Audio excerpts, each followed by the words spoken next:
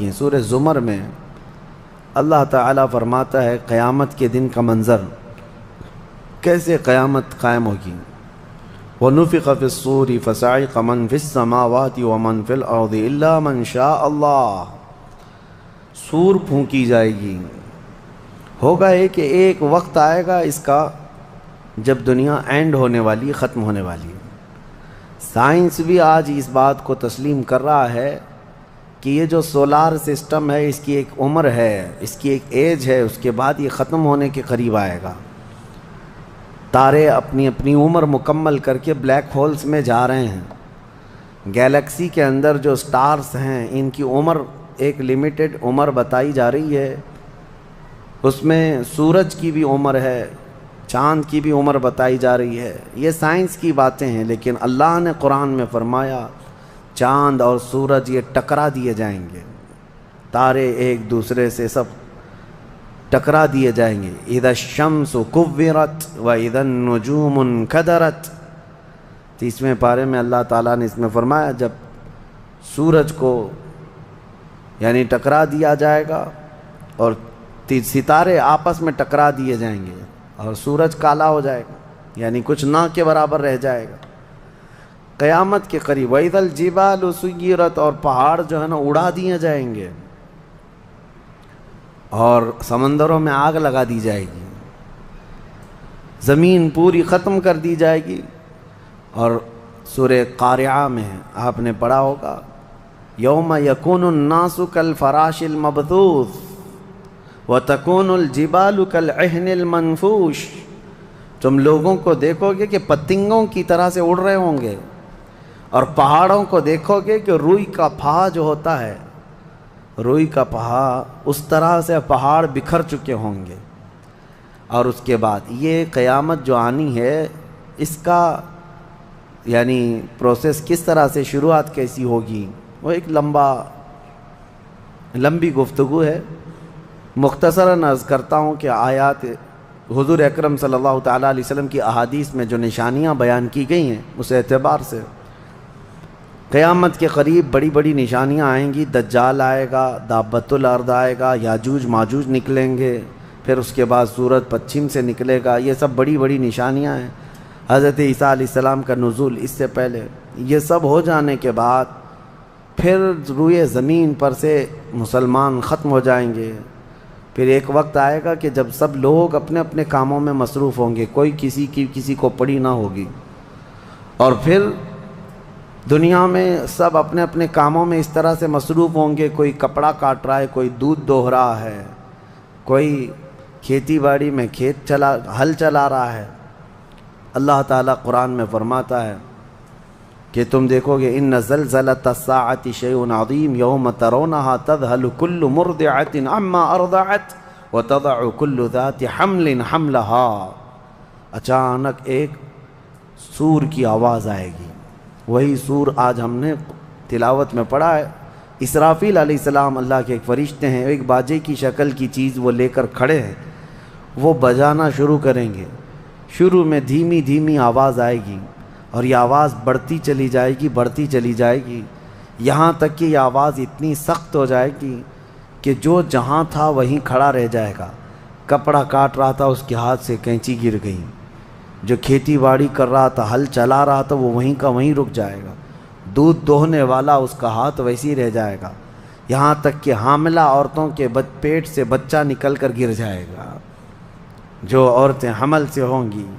اور اس کے بعد پھر ایسی غشی، پھر سب پر موت طاری ہوگی اور زلزلے آئیں گے اور پوری زمین کو ہلا کر کے ختم کر دیا جائے گا۔ یہ قیامت ہے، یہ قیامت ہے۔ سور پھونکنے پر سارے انسان جتنے روئے زمین پر ہیں سب کے سب ختم ہو جائیں گے۔ اس کے بعد اللہ تعالیٰ فرماتا ہے ثم نفخ فیہ اخری، پھر دوسری بار سور پھونکنے کا حکم ہوگا۔ لیکن کیسے؟ سور جب حضرت اسرافیل علیہ السلام پھونکیں گے، پہلے انسانوں کی موت، پھر یہاں پر جتنی مخلوقات ہیں، جنات ہیں، جانور ہیں، سب کی موت، چرند پرند تو چھوڑے، نباتات، یہ پیڑ پودوں میں کی جان ختم۔ چاند سورج کو جب ختم کر دیا گیا تو پھر کوئی چیز ہی نہیں، ستارے، چاند، سورج سب بلکہ اللہ تعالیٰ کے جتنے ملائکہ ہیں، جبرائیل امین علیہ السلام سے لے کر دوسرے ایک فرشتے تک، سارے ملائکہ کو بھی موت آئے گی، سب موت کے شکار ہوں گے، اور سارے جب انتقال کر جائیں گے تو پھر بچتا کون ہے؟ صرف حضرت اسرافیل علیہ السلام، جنہوں نے سور پھونکا۔ اب ان کو سور پھونکنے کا حکم جو تھا وہ کہا جائے گا روک دو اب۔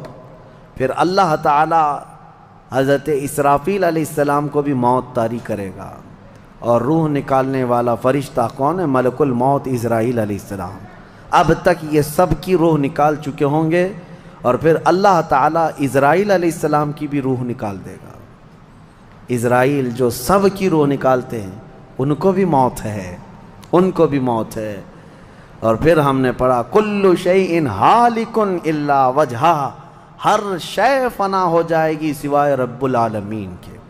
کل من علیہا فان ویبقى وجہ ربک ذو الجلال والاکرام، جو کچھ بھی ہے سب فنا ہو جائے گا، تمہارے رب کی ذات صرف باقی رہے گی، کوئی نہیں باقی رہے گا۔ پھر جب مولا کی مرضی ہوگی، رب تبارک و تعالیٰ دوبارہ اسرافیل علیہ السلام کو اٹھائے گا۔ اسرافیل علیہ السلام دوبارہ اٹھیں گے، اور پھر ان سے کہا جائے گا دوبارہ سور پھونکو، پھر سے پھونکو۔ اب جب دوبارہ حضرت اسرافیل علیہ السلام سور پھونکیں گے تو یہ زندگی کا سور ہے۔ پہلے والا یہ نفخہ اولا اس کو کہتے ہیں، وہ موت کا تھا، اور نفخہ ثانیہ حیات کا ہے، زندگی کا ہے۔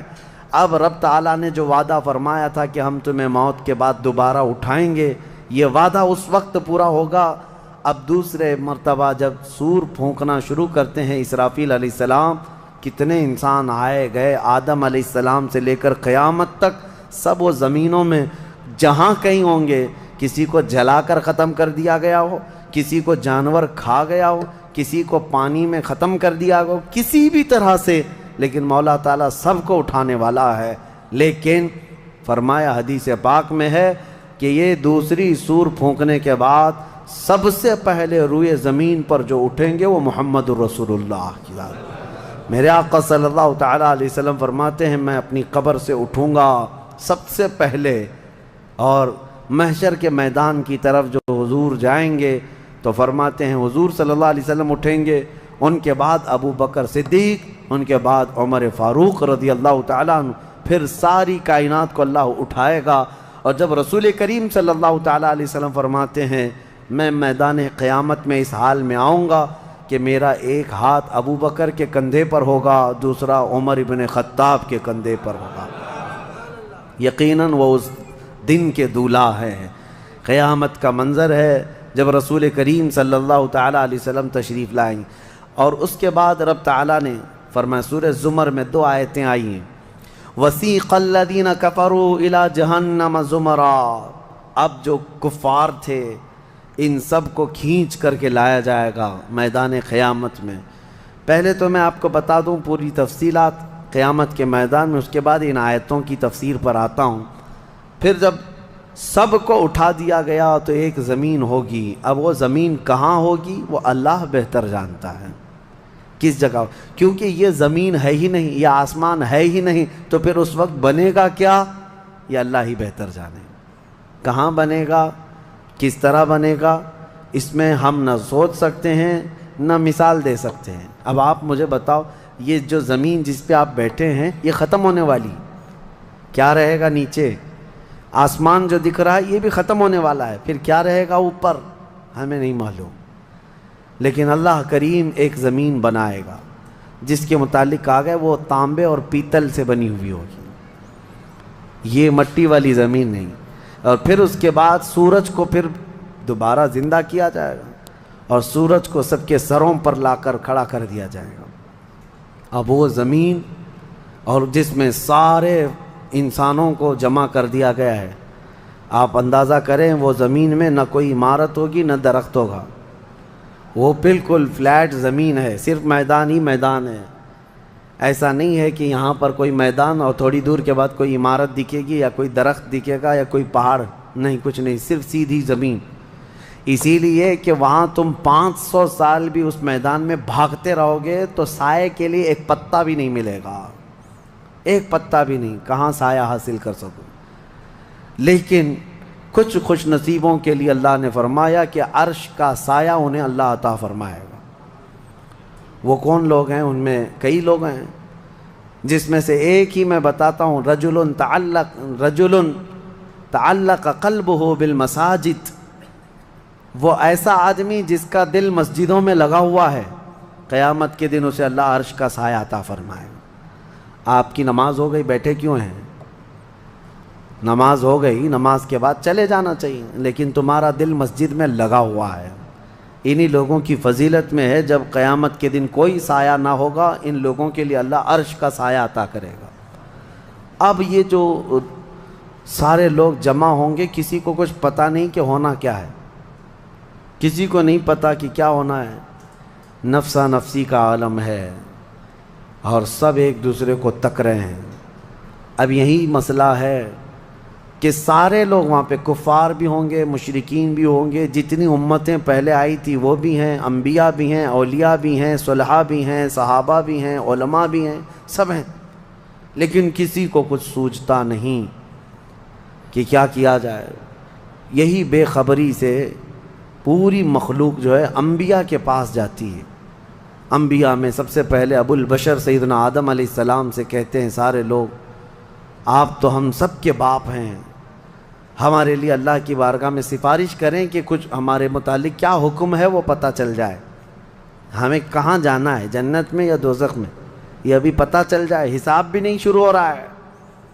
تو آدم علیہ السلام نے فرمایا، وہ فرمائیں گے کہ اے لوگو جاؤ، اس لیے کہ مجھے ڈر ہے اللہ کریم کی بارگاہ میں نے جنت میں وہ ممنوع شجر کا جو پھل کھا لیا تھا، مجھے آج بھی اس کا احساس ہے کہ کہیں رب تبارک و تعالیٰ مجھے اس پر عتاب نہ فرما دے، جاؤ کسی اور کے پاس۔ جتنے نبیوں کے پاس یہ قوم جاتی تھی وہ انبیاء کرام یہ کہتے آج ہمیں خوف ہے اللہ کریم کی بارگاہ میں، وہ قہار ہے، وہ جبار ہے۔ اور میں نے آج ایک آیت یہ بھی پڑھی ہے سورہ مومن میں، اللہ نے فرمایا لمن الملک اليوم، اس دن یہ آواز آئے گی، آج کی بادشاہت کس کی ہے، آج کی بادشاہت کس کی ہے؟ پھر اللہ خود فرمائے گا للہ الواحد القہار، ایک قہر کرنے والے خدا کی آج بادشاہت ہے۔ اس دن صرف اس کی سلطنت ہوگی، صرف اس کی حکومت ہے۔ انبیاء، ملائکہ سب ڈرے ہوئے ہیں، پتہ نہیں برسوں یہ قوم گھومتی رہے گی مخلوق۔ عیسیٰ علیہ السلام فرمائیں گے کہ اے لوگو جاؤ محمد الرسول اللہ کے پاس، آج وہ تمہاری سنیں گے اور اللہ ان کی سنے گا۔ پوری مخلوق جب نبی کریم صلی اللہ علیہ وسلم کے پاس آتی ہے تو نبی پاک صلی اللہ تعالیٰ علیہ وسلم فرماتے ہیں ہاں میں اسی کے انتظار میں ہوں۔ پھر حضور صلی اللہ علیہ وسلم سجدے میں گرتے ہیں اور اللہ کو منانے لگتے ہیں کہ مولا ہے تو تیرے بندے، تو حساب تو شروع فرما۔ اس کو کہتے ہیں شفاعت کبریٰ۔ یہ کیا ہے؟ شفاعت کبریٰ، بڑی شفاعت، یہ سب کے لیے، کافروں کے لیے، مشرکوں کے لیے، سب کے لیے۔ یعنی حضور کی پہلی شفاعت کس کام کی تھی؟ کہ اللہ حساب تو شروع کرے، یہ شفاعت کبریٰ ہے، حساب شروع کرے مولا تعالی۔ ساری انسانیت کے لیے حضور جب سجدے میں گرتے ہیں اللہ کریم فرماتا ہے ارفع رأسک یا محمد۔ حضور نے یہ فرمایا ہے کہ اس دن میں سجدے میں ایسی ثنا اور ایسی حمد بیان کروں گا اللہ کی جو آج تک کسی نے نہیں بیان کی ہوگی، اور اسی دن مجھے اللہ وہ تلقین بھی فرمائے گا۔ اور جب حضور ثنا کر رہے ہوں گے اللہ فرماتا ہے ارفع رأسک یا محمد، اے محمد صلی اللہ علیہ وسلم اپنا سر اٹھائیے، آپ مانگیے آپ کو دیا جائے گا، آپ پوچھئے آپ کو جواب دیا جائے گا۔ یہ پہلا سوال ہے اللہ کی بارگاہ میں قیامت کے دن، اور پہلا جواب ہے، باقی کسی بندے کو کوئی جواب نہیں تھا۔ اللہ کی بارگاہ میں حضور نے جب یہ عرض کیا تو رب تعالیٰ فرماتا ہے ملائکہ کو جس کی ڈیوٹی تھی، جس کا کام تھا کہ میدان قیامت میں میزان عمل لگا دیا جائے، حساب و کتاب ہوں، سب کے نامہ اعمال ان کے ہاتھوں میں دیے جائیں، سب کو پڑھنے کا حکم دیا جائے، اب حساب کا آرڈر آ گیا، حکم آ گیا، تو لوگ تھوڑی راحت کی سانس لیتے ہیں کہ چلو حساب شروع ہونے والا ہے، لیکن ابھی اتنا آسان نہیں ہے، اتنا آسان نہیں۔ اب فرشتے لا رہے ہیں سب کے اعمال نامے، لوگوں کو ایسا لگتا ہے اعمال نامہ یہ 4 پنے کا ہوگا، ہاں جیسے ایگزام پیپر میں فل شیٹ A4 سائز کی شیٹ لے کر کے بیٹھتے ہیں۔ قرآن میں تو اللہ تعالیٰ نے فرمایا کہ جب نامہ اعمال فرشتے لے کر کے آئیں گے تو کتنے ہوں گے پتہ ہے؟ تمہاری نظر جہاں تک جاتی ہوگی وہاں تک صرف کتابیں تمہاری ہوں گی، صرف تمہاری کتابیں فرشتے لاد کر کے لا رہے ہوں گے، اس میں سب لکھا ہوگا، زندگی میں جتنی مرتبہ باتیں کیا تھا، جو کچھ بھی کیا تھا سب ڈیٹیل ہوگا۔ اور ہر آدمی وہاں پکار کر کے کیا کہتا ہے؟ ما لی ھذا الکتاب لا یغادر صغیرۃ ولا کبیرۃ الا احصاها، اے اللہ تو کیسی کتاب بنا دیا، اس میں چھوٹی چیز بھی نہیں چھوڑی گئی، بڑی چیز بھی نہیں چھوڑی گئی، سب لکھ دیا گیا ہے، اور پھر لا کر کے تھما دیا جائے گا۔ یہ پہلی علامت ہے کہ جس کے سیدھے ہاتھ میں اس کے نامہ اعمال پکڑا دیے جائیں گے، فرمایا گیا اس کے لیے وہیں سے ہلکا پن بشارت ہے کہ آسانی ہوگی، اور جس کے بائیں ہاتھ میں فرشتوں نے پکڑا دیا تو سمجھ لو کہ اب لمبا اس کا وقت جانے والا ہے، حساب سخت ہونے والا ہے۔ یہ تو صرف پڑھ کے سنانا ہے، اور اس کے بعد پھر پکڑ ہوگی کسی کام پر، یہ تو نے کیوں کیا تھا اس کی وجہ بتا، یہ تو نے کیوں کھایا تھا اس کی وجہ بتا، اس کے ساتھ ایسا کیوں کیا تھا اس کا سبب بتا۔ صرف پڑھ کر کے سنانا نہیں ہے، جو کیا تھا اس کی وجہ بتانا ہے، اور جب وجہ کچھ نہ ہوگی حکم آ جائے گا کہ انہیں اوندھے منہ کھینچ کر کے دوزخ کی طرف لے جائیں۔ یہ قیامت کے دن ہو رہا ہے۔ اب یہاں پر ایک دوسری شفاعت ہے میرے آقا صلی اللہ علیہ وسلم۔ اب یہ جو شفاعت ہے یہ خاص امت محمدیہ کے لیے۔ ایک شفاعت حضور نے فرمائی سارے انسانوں کا حساب شروع ہو جائے، جب حساب شروع ہو گیا تو حضور صلی اللہ تعالیٰ علیہ وسلم پھر سجدہ کرتے ہیں اللہ کی بارگاہ میں۔ اللہ فرماتا ہے محبوب سر اٹھائیں، پوچھیں آپ کو دیا جائے گا۔ حضور عرض کرتے ہیں مولا میری امت کی بخشش آسان فرما دے، میری امت کا حساب آسان فرما دے۔ اب حضور کو اختیار دیا جائے گا، حضور کی یہ بھولی بھالی امت جہاں جہاں ہوگی حضور صلی اللہ علیہ وسلم فرماتے ہیں میں ان کو دور سے پہچان رہا ہوں گا۔ دیکھو میرے عزیزو، بھرا مجمع ہے، کتنی امتیں ہیں۔ ایک صحابی نے پوچھا یا رسول اللہ ہم کو آپ قیامت میں پہچانیں گے؟ حضور نے فرمایا یقیناً پہچانوں گا۔ کیسے؟ حضور فرماتے ہیں زندگی میں تم جو وضو کرتے تھے، یہ جو اعضائے وضو ہیں چہرہ اور ہاتھ، حضور فرماتے ہیں قیامت کے دن یہ سورج کی طرح چمک رہے ہوں گے، اور اسی چمک سے میں پہچان لوں گا یہ میری امت ہے، جس کے ہاتھ چہرے چمک رہے ہوں۔ جو وضو ہی نہیں کرتا اس کا کیا چمکے گا؟ لیکن حضور صلی اللہ تعالیٰ علیہ وسلم نے حدیث پاک ہے یہ، وضو کے اعضاء کی چمک سے حضور اپنی امت کو پہچان لیں گے، فلاں میرا امتی ہے، فلاں میرا امتی ہے۔ بہرحال اب اس کے بعد اب میں ان آیتوں کی طرف آتا ہوں۔ حساب و کتاب ہو رہا ہوگا۔ سب سے پہلے وہاں پر قیامت کے دن جن کو لایا جائے گا، الگ الگ روایات ہیں، اس میں 3 لوگوں کے متعلق فرمایا گیا، ایک عالم، ایک شہید، اور ایک امیر آدمی پیسے والا۔ حالانکہ تینوں اچھے لوگ تھے دنیا میں۔ یہ جو امیر تھا بہت پیسہ بانٹتا تھا، اور یہ قاری قرآن تلاوت اچھی کرتا تھا، اور یہ شہید تو جنگ میں شہید ہوا تھا لڑ کر کے۔ تینوں کا حساب ہو رہا ہوگا۔ سب سے پہلے رب تبارک و تعالیٰ اس قاری قرآن کو بلائے گا، بتا تو قرآن کیوں پڑھتا تھا؟ وہ کہے گا میں نے تجھے اچھی آواز دی تھی، اچھی آواز دی تھی، تو نے اس آواز کا کیا کیا؟ وہ کہتا ہے میں قرآن پڑھتا تھا بہترین انداز میں۔ رب تعالیٰ فرماتا ہے تو اس لیے پڑھتا تھا کہ لوگ تیری آواز کی تعریف کریں، کیا آواز ہے، اور لوگوں نے تعریف کر دیا، دنیا میں تجھے تیرا بدلہ مل گیا، یہاں قیامت میں کچھ نہیں، جاؤ جہنم میں۔ مالدار آئے گا، اس سے رب تعالیٰ فرمائے میں نے تجھے بہت مال دیا تھا، کیا کیا؟ کہے گا رب تعالیٰ میں نے غریبوں میں تقسیم کیا ہے، بہت خیرات کیا ہے، اللہ کریم فرماتا ہے کہ تو نے تو یہ نیت سے تقسیم کیا تھا نا کہ لوگ تجھے دیالو کہیں، سخی کہیں، تیری مال کی تعریف کریں، تو لوگوں نے تو وہ تعریف کر دی، دنیا میں جو تجھے ملنا تھا وہ مل گیا، تیری خواہش ہو گئی، یہاں کچھ نہیں، اسے بھی فرمایا جائے گا دوزخ میں ڈال دو۔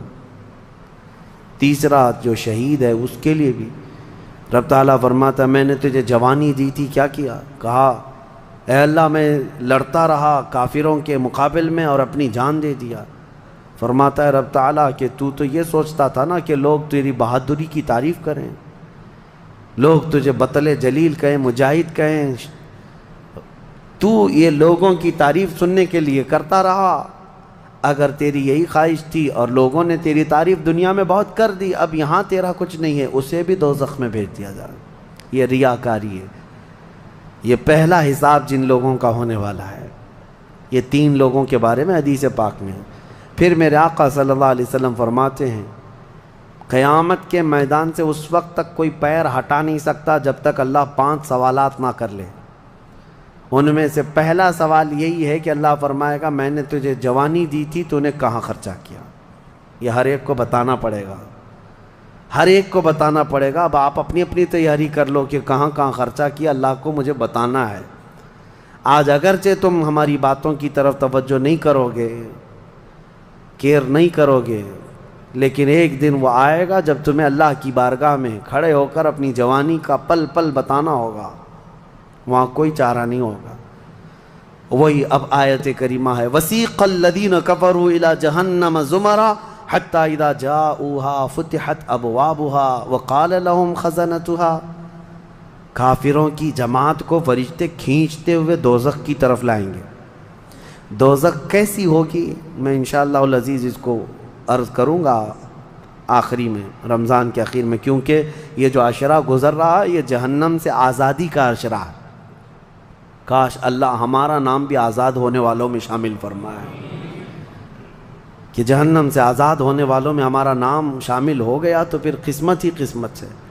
جب لایا جائے گا دوزخ کے کنارے جماعت کی جماعتیں آ رہی ہوں گی، جماعت یہاں پر اللہ نے فرمایا زمرہ یعنی بہت کثیر تعداد میں جماعت کو کھینچ کر کے لایا جائے گا۔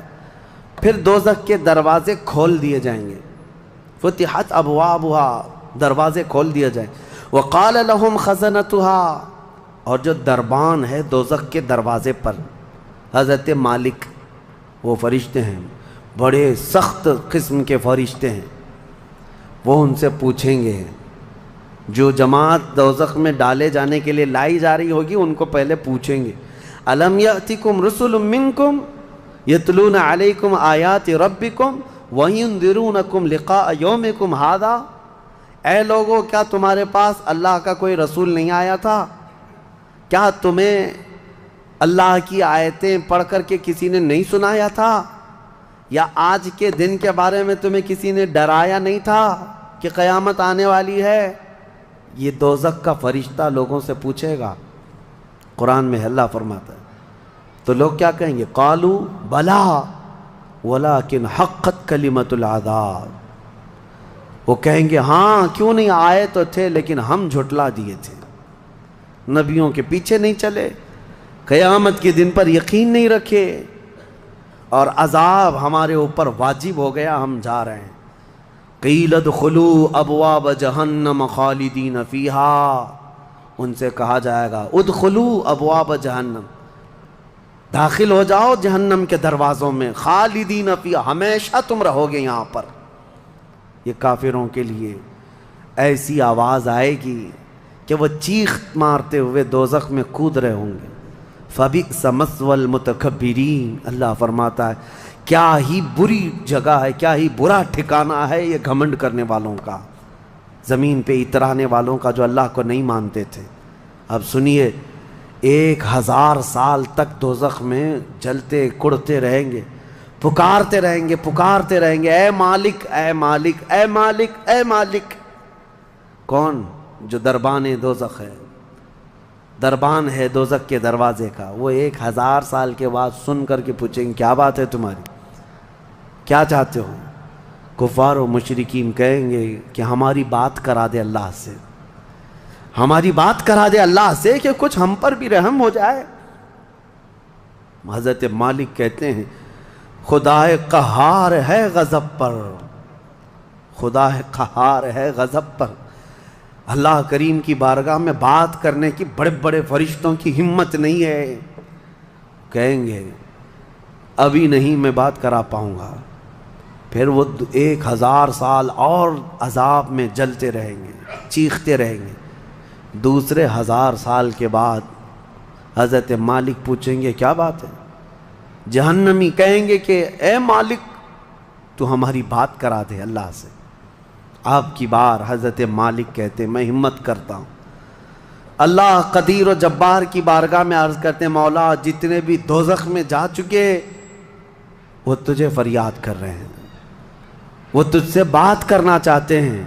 اب رب تعالیٰ کی طرف سے جواب آتا ہے حضرت مالک کو، اے مالک ان دوزخیوں سے کہہ دو کہ آج کے بعد رب تبارک و تعالیٰ نہ ان کی طرف نظر فرمائے گا نہ کلام کرے گا۔ لا یکلمہم اللہ یوم القیامت ولا ینظر الیہم، ان کی طرف رب تعالیٰ دیکھنا بھی نہیں چاہتا۔ وہ قدیر و جبار خدا جب دنیا میں ہر دن بلا رہا تھا آجا میرے بندے میرے پاس، آجا میرے بندے میری طرف آجا، ففروا الی اللہ، اللہ کی طرف دوڑ پڑ، نہیں سنتا تھا، ایک دن بھی نہیں سنا۔ اور جہنم میں جانے کے بعد پکار رہا ہے، رب تعالیٰ فرماتا ہے اب اللہ ان کی طرف دیکھنا بھی نہیں چاہتا۔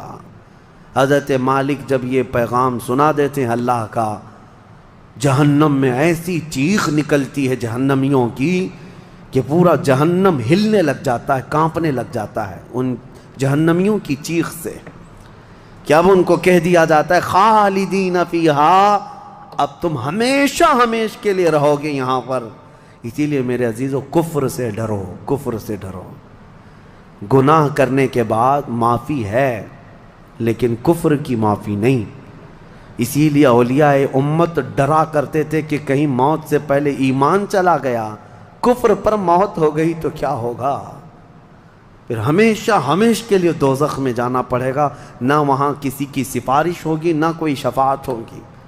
شفاعت اور سفارش گنہگاروں کے لیے ہے، کافروں اور مشرکین کے لیے نہیں۔ قرآن میں اللہ نے فرمایا ان اللہ لا یغفر ان یشرک بہ ویغفر ما دون ذلک لمن یشاء، بے شک اللہ تعالیٰ اس کے ساتھ کیے ہوئے شرک کو اور کفر کو ہرگز معاف نہیں کرے گا، اور اس کے علاوہ جو کچھ بھی کیا ہے اللہ سب معاف کرے گا، کفر کو اور شرک کو معاف نہیں کرے گا۔ اب سنیے دوسری آیت ہے وَسِيقَ الَّذِينَ اتَّقَوْا رَبَّهُمْ إِلَى الْجَنَّةِ زُمَرًا، اس میدان قیامت میں کچھ وہ جماعتیں بھی ہیں جو دنیا میں تقوی حاصل کر چکی تھی، فرمان خدا پر چلتی تھیں، ان کی نمازیں ٹھیک تھی، اللہ سے ڈرتے تھے، اپنی راتیں وہ رو رو کر گزارتے تھے، مولا کو پکارتے تھے۔ وہاں قیامت کے دن اللہ ان کے حال یہ ہیں کہ ان کا استقبال ہو رہا ہوگا، فرشتے ان کو سجا کر کے لا رہے ہوں گے، اور وہ بھی جماعت کے ساتھ جا رہے ہوں گے جنت کی طرف۔ تو جیسی وہ پہنچیں گے فتحت ابوابہا، قرآن میں ہے 7 دروازے جنت کے ان کے لیے کھول دیے جائیں گے۔ یہ پرہیزگار لوگ ہیں، یہ تقوی والے لوگ ہیں۔ جیسے ہی جنت کے دروازے کھلیں گے وقال لهم خزنتها، وہاں پر بھی دربان ہے ایک، جنت کے دروازوں کا دربان وہ حضرت رضوان ہے علیہ السلام، وہ فرشتہ وہاں پر ہے، جنت کے دربان ہے۔ جیسے ہی یہ جماعتیں قریب پہنچیں گی دروازوں کے، کیا کہے گا دربان جنت؟ وقال لهم خزنتها سلام علیکم طبتم، مبارک ہو، اللہ کی سلامتی ہو تم کو۔ یہ جو ہم سلام کرتے ہیں نا السلام علیکم، یہ جنتی سلام ہے۔ یہ دربان جنت جو داروغہ ہے جنت کے دروازوں کا، وہ سلام کرے گا فرشتہ جو آ رہے ہیں جنت میں، سلام علیکم طبتم، مبارک ہو، خوش آمدید، اللہ کی سلامتی ہو، فادخلوها، آ جاؤ جنت میں داخل ہو جاؤ، خالدین، ہمیشہ کے لیے، اب تم بھی یہاں سے نہیں جاؤ گے۔ اب ہمارے اس چھوٹی سی زندگی میں بتاؤ میرے عزیزوں، اب اندر جیسے ہی جنتی داخل ہوتے ہیں کیسے، سب سے پہلی نعمت کیا ملتی ہے جنت میں؟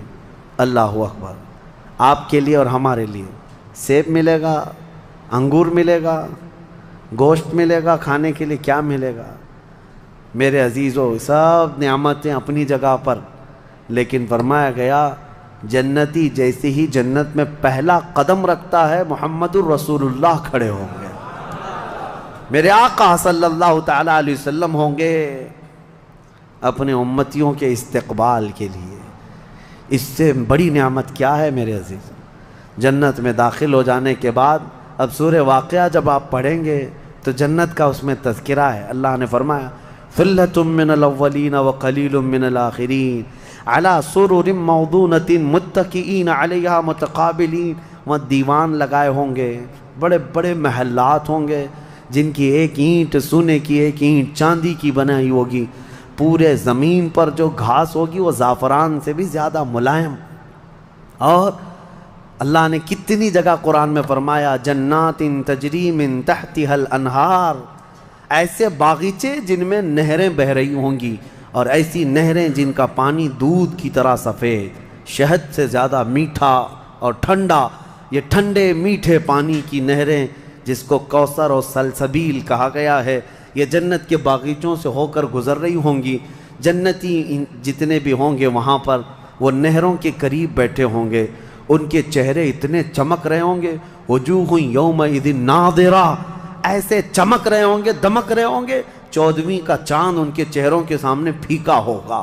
یہ جنتیوں کے چہرے ہوں گے، اور وہ اپنے جب جنتی محل میں جائیں گے، ایک محل سامنے ہوگا، دوسرا محل ادھر ہوگا، آمنے سامنے جنتی باتیں کرتے ہوئے بیٹھیں گے۔ یہ قرآن پاک میں اللہ نے فرمایا ان کی خدمت کے لیے غلمان، لڑکے بھی ہوں گے، حوران جنت، وہ جنتیوں کی خدمت کے لیے ان کی بیویاں وہاں پر بنائی جائیں گی، وہ اتنی حسین و جمیل خوبصورت ہیں کہ جنتی کے لیے آج تک نہ ویسی خوبصورتی یا حسن دنیا میں کسی نے سنا ہے نہ دیکھا۔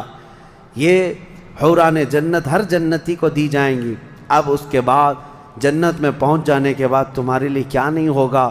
ایک طبقہ انبیاء کا ہے، ایک طبقہ جنت میں اولیاء کا ہے، ایک طبقہ شہداء کا ہے، ایک طبقہ صدیقین کا ہے، اور پھر جنتی کے لیے قرآن میں ہے جو وہ خواہش کرے گا فرشتے فوراً اس کے لیے وہ حاضر کریں گے، جو چیز کی خواہش کرے گا۔ جس دن تمہاری وہاں خواہش ہوگی کہ مجھے یہاں غریب نواز کا دربار دیکھنا ہے، جنت میں غوث پاک کہاں ہے وہاں جانا ہے، صحابہ میں خلفائے راشدین کہاں ہیں وہاں جانا ہے، انبیاء اکرام کہاں ہیں، شہداء و صالحین کہاں ہیں وہاں جانا ہے، جنتی گھوم رہا ہوگا۔ اور کیا ہی بہتر ہوگا جنتی جب یہ خواہش کرے گا مجھے محمد الرسول اللہ کے محل میں جانا ہے، وہاں بھی اسے پہنچایا جائے گا۔ وہ ہر ایک بڑے سے بڑے انبیاء، صالحین، شہداء اور رسولان اعظام کے ہاں جاتا رہے گا، آتا رہے گا، جاتا رہے گا، آتا رہے گا۔ جنت کی نعمتیں اس کی ختم نہیں ہوں گی، یہاں تک کہ اللہ کریم فرمائے گا حوران جنت کو یہ میرے وہ بندے ہیں جو صرف میری حمد سنتے تھے دنیا میں، اے حوران جنت تم اپنی میٹھی آواز میں اب میری حمد ان کو یہاں سناؤ۔ 100 سال تک وہ حوران جنت انہیں حمد سناتی رہیں گی۔ پھر جنتیوں سے اللہ پوچھے گا پیٹ بھر گیا؟ وہ جنتی کہیں گے مولا اور تیری تعریف سننے کا دل کرتا ہے۔ داؤد علیہ السلام جن کی آواز میں بڑی مٹھاس تھی، رب تعالیٰ فرمائے گا اے میرے داؤد خلیفۃ اللہ، آؤ ان جنتیوں کو اپنی سریلی آواز میں میری حمد سناؤ۔ اب وہ 100 سال تک سناتے رہیں گے اور جنتی مدہوش ہوں گے اور سنتے رہیں گے، یہ جنت کے ترانے وہاں پر سنائے جا رہے ہیں۔ اس کے بعد پھر رب تعالیٰ فرمائے گا اب تم سیراب ہو گئے کہ داؤد علیہ السلام کی زبان سے تو چڑیاں بھی سننے کے لیے کھڑی ہو جاتی تھی، پرندے بھی ہوا میں رک جاتے تھے۔ اب جنتی کہیں گے کہ مولا اور تیری حمد ہو اور تیری تعریف ہو، ہم سننا چاہتے ہیں۔ رب تعالیٰ جب فرمائے گا اے فرشتوں حجابات ہٹاؤ، اب میں سناؤں گا اور میرے بندے سنیں گے۔ اب یہ جنت کی سب سے بڑی نعمت وجوہ یومئذ ناظرہ الی ربہا ناظرہ، مولا فرماتا ہے چہرے چمک رہے ہوں گے اس بات کے لیے کہ بغیر حجاب کے وہ اپنے اللہ کو دیکھ رہے ہوں گے۔ اس سے بڑی نعمت جنتی کو کچھ نہیں ہے کہ مولا کریم حجابات ہٹا دے گا جس کے تم یہاں سجدے کرتے ہو، جس سے تم گڑ گڑا کر مانگتے ہو، وہ مولا جنت میں پردے ہٹا دے گا، اور فرمایا گیا جنت کی سب سے بڑی نعمت دیدار الہی ہے۔ اسی لیے رمضان میں بھی میرے آقا نے فرمایا افطار کرنے والے کو دو خوشیاں دی جائیں گی، کہ جب بندہ افطار کرتا ہے تو اس کے لیے بھی یہ فرمایا گیا ہے کہ جیسے ہی وہ افطار کرتا ہے، ایک تو اس کے پیٹ ٹھنڈے ہونے کی خوشی ہے، گلا تر ہونے کی خوشی ہے، لیکن دوسری خوشی ہر افطار کرنے والے روزے دار کے لیے کہ رحمان فرمائے گا میں نے تیرا محفوظ کر لیا ہے جنت میں، اب تجھے میں اپنا دیدار کراؤں گا۔ روزے داروں کو اللہ کا دیدار ہوگا تو یہ جنتی جنت میں پہنچ جائیں گے، دوزخی دوزخ میں پہنچ جائیں گے۔